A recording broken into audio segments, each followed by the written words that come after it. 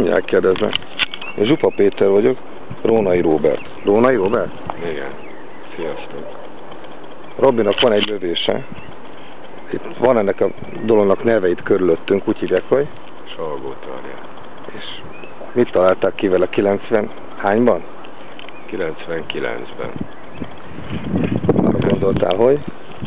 Nem én gondoltam arra, hanem tényleg az a jó ebben a városba, a sok rossz mellett, hogy jobbra-balra mész 500 métert a városközpontból, és mindjárt zöldbe vagy.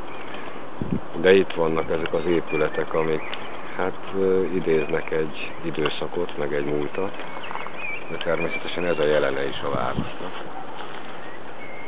És hát itt van ez a fantasztikusan harmonikus, meg nyugalmas táj, és itt vannak benne ezek a kockaházak, egyszínűek, és az ötlet csak annyi volt, hogy mi lenne, hogyha beszíneznék őket, és egy kicsit így a tájhoz harmonikussá tennénk.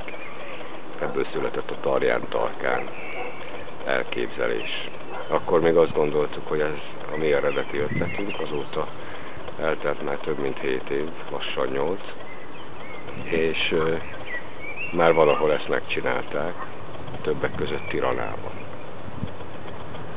2 weboldalt fog a Robi mondani, az egyik a Tarján Tarkán honlapja, másik meg általában a tiranai képek. Na, akkor Robi, mondd el nekik, mert mindjárt lejár az időnk. Egyik a www.tarjantarkán.hu, és innen is rá lehet ugrani a Tirana in Colors